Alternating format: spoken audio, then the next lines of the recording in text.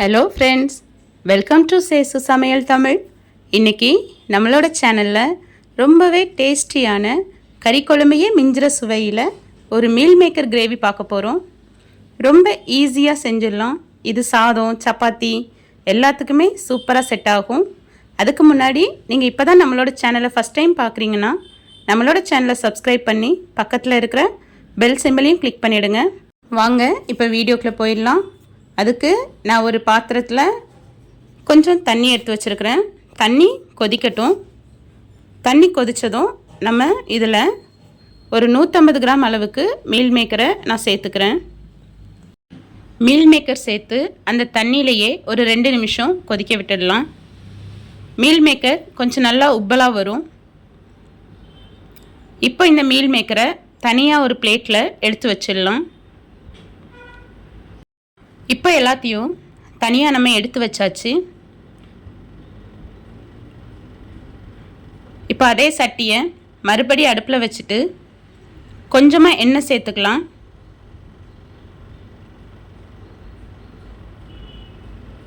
எண்ணெய் சூடானதும் இதில் 1/2 ஸ்பூன் அளவுக்கு நம்ம சோம்பு சேர்த்துக்கலாம். சோம்பு பொரிஞ்சதும் ஒரு துண்டு அளவு பட்டை, 2 ஏலக்காய், 4 லவங்கம், ஒரு பிரிஞ்சி இலை அதை பிச்சு சேர்த்துக்கலாம். இது கூடவே 2 மீடியம் சைஸ் வெங்காயத்தை பொடியாக நறுக்கி எடுத்து வச்சுருக்கிறேன்.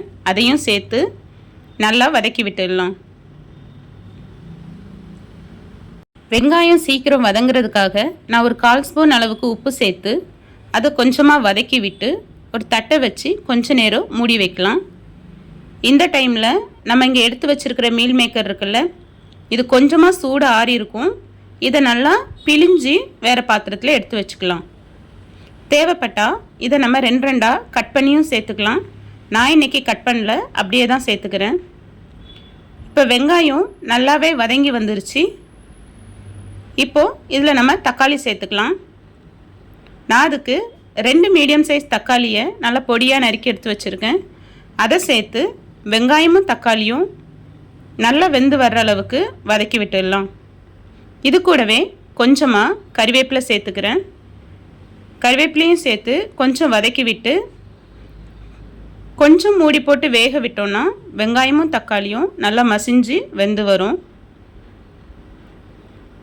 இப்போ நல்லா வெங்காயமும் தக்காளியும் மசிஞ்சு வந்துடுச்சு.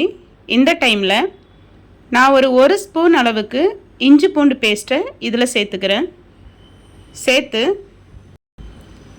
இஞ்சி பூண்டோட பச்சை வாசனை போகிற அளவுக்கு இதை நல்லா வதக்கி விட்டுடலாம். இப்போ இஞ்சி பூண்டோட பச்சை வாசனைலாம் போயிடுச்சு. இந்த டைமில் இந்த கிரேவிக்கு தேவையான மசாலா சேர்த்துக்கலாம். அதுக்கு நான் 1 ஸ்பூன் அளவுக்கு சிக்கன் குழம்பு மிளகாய்த்தூளும் 2 ஸ்பூன் அளவுக்கு வீட்டு குழம்பு மிளகாய்த்தூளும் நான் சேர்த்துருக்குறேன். நம்ம வீட்டு குழம்பு மிளகாய்த்தூளில் எல்லாமே சேர்த்து அரைச்சி வச்சுருக்கிறதுனால அது குழம்புக்கு கூடுதல் சுவையையும் மணத்தையும் கொடுக்கும். இப்போது நம்ம பிழிஞ்சு எடுத்து வச்சுருந்த அந்த மீல் மேக்கரெல்லாம் இதில் சேர்த்து இந்த கிரேவிக்கு தேவையான தண்ணியையும் இந்த டைமில் நம்ம ஆட் பண்ணிக்கலாம். நம்ம கிரேவியாக செய்ய போகிறோம். ரொம்ப அதிகமாக தண்ணி வைக்கணும்னு அவசியம் இல்லை. நம்மளுக்கு எந்த கன்சிஸ்டன்ஸில் வேணுமோ அதை விட கொஞ்சம் அதிகமாக வச்சுக்கோங்க. அது சுண்டி வரும்போது நமக்கு சரியாக இருக்கும். தண்ணியை சேர்த்து இப்போவே இந்த கிரேவிக்கு தேவையான உப்பையும் நான் சேர்த்துக்கிறேன். எப்போவும் சொல்கிற மாதிரி தான் உப்பு பார்த்து சேர்த்துக்குங்க. இப்போ இது கொதிக்கட்டும். இதை ஒரு தட்டு போட்டு மூடி வச்சிடலாம். இந்த கிரேவிக்கு தேவையான தேங்காவை அரைச்சிட்டு வந்துடலாம். அதுக்கு 2 பீஸ் அளவுக்கு தேங்காவும் 1 ஸ்பூன் அளவுக்கு நான் சோம்பும் எடுத்துருக்கிறேன். அதை நைஸ் பேஸ்ட்டாக அரைச்சி வச்சுக்கலாம். இப்போ கிரேவி நல்லாவே கொதிச்சிட்ருக்கு. இதை இன்னுமே ஒரு 10 நிமிஷத்துக்கு அப்படியே மூடி போட்டு கொதிக்க விட்டுடலாம். அது நல்லா சுண்டி வரும். பாருங்கள் எவ்வளோ நல்லா இருக்குது. இப்போ நம்ம அரைச்சி எடுத்துகிட்டு வந்த அந்த தேங்காய் பேஸ்ட் இருக்குல்ல, அதை இதில் சேர்த்து இன்னும் ஒரு 5 நிமிஷம் நல்லா இதை குக் பண்ணலாம். இந்த டைமில் இந்த கிரேவியில் உப்பை செக் பண்ணிக்கோங்க.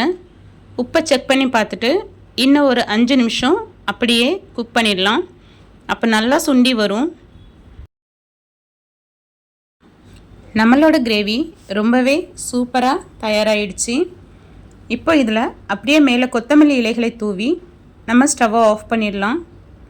இதை நம்ம சாதம், சப்பாத்தி, இட்லி, தோசை எது கூட வேணாலும் பரிமாறலாம். ரொம்பவே சுவையாக இருக்கும். நீங்களும் இந்த ரெசிப்பியை வீட்டில் செஞ்சு பார்த்துட்டு எப்படி இருந்ததுன்னு எனக்கு கமெண்டில் சொல்லுங்கள். உங்களுக்கு இந்த ரெசிபி பிடிச்சிருந்ததுன்னா நம்மளோட சேனலை சப்ஸ்கிரைப் பண்ணி பக்கத்தில் இருக்கிற பெல் ஐக்கானையும் கிளிக் பண்ணி ஆளுங்கிற ஆப்ஷனையும் கொடுத்துருங்க. தேங்க்ஸ் ஃபார் வாட்சிங்.